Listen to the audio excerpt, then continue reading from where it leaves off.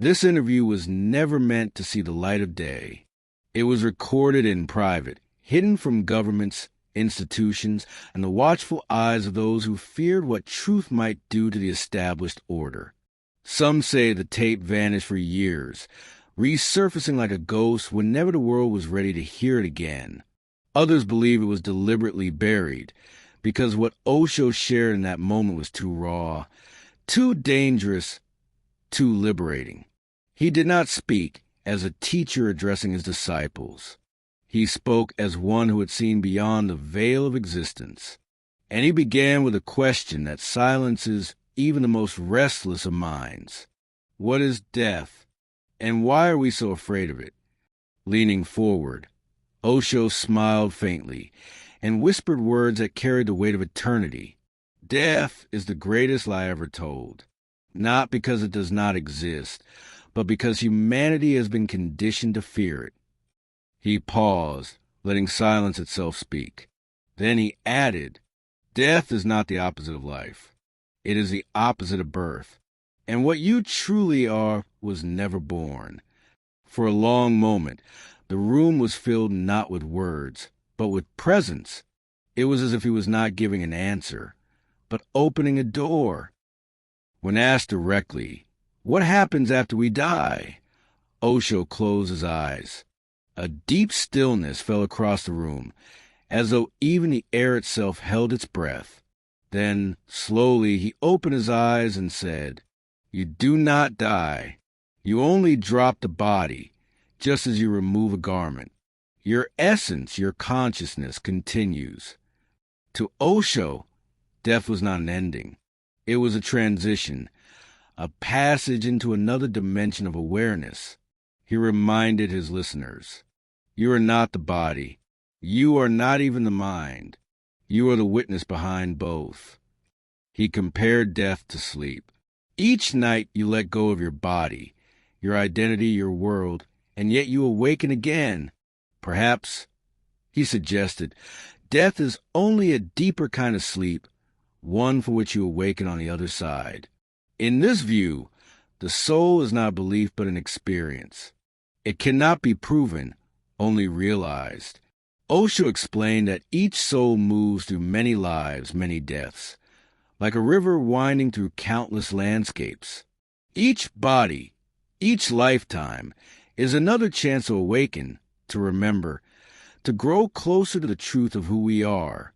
The soul, he said, chooses its birth, even its pain, because pain, too, is a teacher. He called this the cosmic play, consciousness wearing countless masks. And in every lifetime, there are fleeting moments, tiny whispers, that reveal the truth. You are not the name you carry. You are not the shape you inhabit.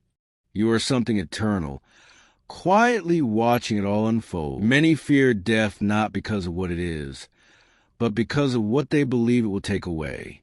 Our thoughts, our memories, our identity, all seem to hang by a fragile thread. But Osho revealed that this fear does not belong to the soul. It belongs to the ego. The ego is terrified of death because it thrives on control. It wants permanence. It wants to be remembered, to continue, to cling. But consciousness, the true self, has no such concern. Pure awareness is not interested in survival. It simply is. Osho described the moment of death as a great release. The ego dissolves, the illusion of control collapses, and what remains is silence. Not emptiness, but fullness. A return to stillness, beyond all striving. The witness cannot die, Osho said. Death is not a punishment. It is freedom. He often encourages disciples to meditate on death, not morbidly, but as a way of seeing through the illusions of the ego, to sit quietly, to let go of attachment to body and mind, and to experience what he called a death before death. In this practice, something extraordinary happens. Fear fades.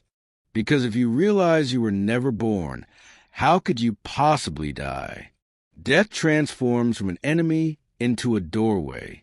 from an end into a return. And in that realization lies the greatest liberation, to live without fear and to die without regret.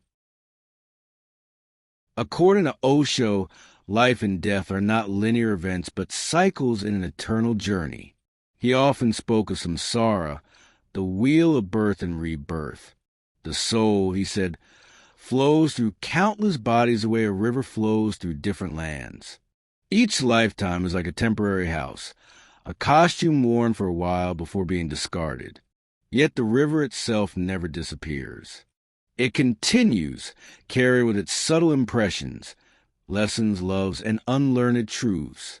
The soul chooses its birth, Osho explained, not by accident, not by chance. Even the moments of suffering and struggle are part of the soul's design, because pain, too, is a teacher, guiding us to growth. This endless cycle, however, is not meant to trap us forever. Like a school, it exists so that we may graduate. When awareness deepens, when the witness awakens fully, the cycle begins to lose its grip. Then death is no longer a return to another form, but a liberation into something far greater. Osho often compared this journey to a cosmic play, a divine game. Consciousness puts on masks, plays roles, forgets itself, only to remember again. In laughter, in love, in silence, in suffering, hints of eternity break through. You are not this wave, he said. You are the ocean pretending to be a wave. For Osho, the boundary between life and death was not a wall, but a thin veil. At times it trembles, through meditation, through love, through near-death experiences, or in moments of profound stillness. He believed that most people sleepwalk through life, living only on the surface. But in silence, the veil parts, and for an instant the infinite is revealed, not in words, not in beliefs, but in direct experience. This, he insisted, is the great secret of death. It does not destroy the soul, it awakens it. Death shakes us from the dream of separateness, reminding us that we were never apart from the source. Mystics across traditions have described the same truth. Sufi poets spoke of returning to the beloved. Buddhists described nirvana as the extinguishing of illusion. Christian mystics called it union with God. Though the language differs, the essence is one. Death is not an end, but a homecoming.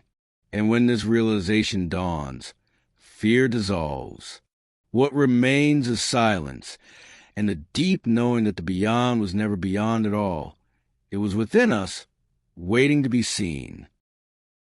Osho often taught that meditation is a rehearsal for death, to sit in stillness, to drop identity, to let go of all roles and masks. This is to die consciously while still alive. When you meditate, he said, you taste death, you let go, and yet you remain. And in that moment, you realize the essence of who you are cannot perish. Through meditation, death becomes familiar, not a stranger, not an intruder, but a guide. One learns to see death not as a destroyer of life, but as its completion. For Osho, meditation was not escape, but awakening. To be present here and now, to witness every breath, every thought, every sensation. This is how one dissolves fear. And when the final moment comes, the soul slips away not in terror, but in trust. He often reminded his disciples, do not wait for death to bring enlightenment. Live now with awareness, so that death becomes only another doorway you step through, smiling. When describing death, Osho spoke with the imagery of oceans and rivers. Life, he said, is like a wave, unique in its form, but inseparable from the ocean beneath it.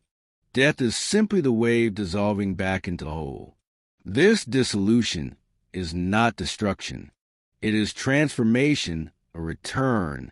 Just as a dreamer wakes and realizes the dream was only a play of the mind, so too does the soul awaken from the dream of form. For him, Death was not darkness, but homecoming, the cosmic womb, the eternal silence into which all beings return, not as punishment, but as liberation. But he also warned, if we cling, if we die in fear, the soul remains bound, pulled once again into the cycle of birth and death. Liberation comes only when we die consciously, aware, trusting, unafraid. True freedom, Osho said, is not to escape death, but to live so fully that even death becomes a celebration. For Osho, the real question was never what happens after death, but what we are doing with life right now. He often said, you can die without ever being alive, and you can live without ever being awake. To awaken is to step out of the collective hypnosis of society, the roles and rules imposed since birth. Society, he said, is a dream that convinces us we are something small, fragile, temporary. But awakening breaks the spell. He did not teach renunciation or retreat from the world. Instead, he urged presence, to live with joy, with laughter, with love, but without clinging, to embrace life as a mystery to be lived, not a problem to be solved. When awakening happens, even for a moment, something shifts. Death loses its hold, because what is awake cannot die. Life becomes luminous, radiant with meaning, not from outside, but from within that Osho's forbidden words still echo. Death is not the opposite of life, but the opposite of birth. Life itself is eternal, flowing through countless forms. He left his listeners with a challenge, not an answer. What are you doing with your life now? Because death is not a distant event. It is happening every moment. The old falling away, the new being born. If we awaken to this truth, then every breath is sacred. Every step a return to the source. Live, consciously, Osho urged, love deeply. And when death comes, let go, because you're not lost. You're only going home.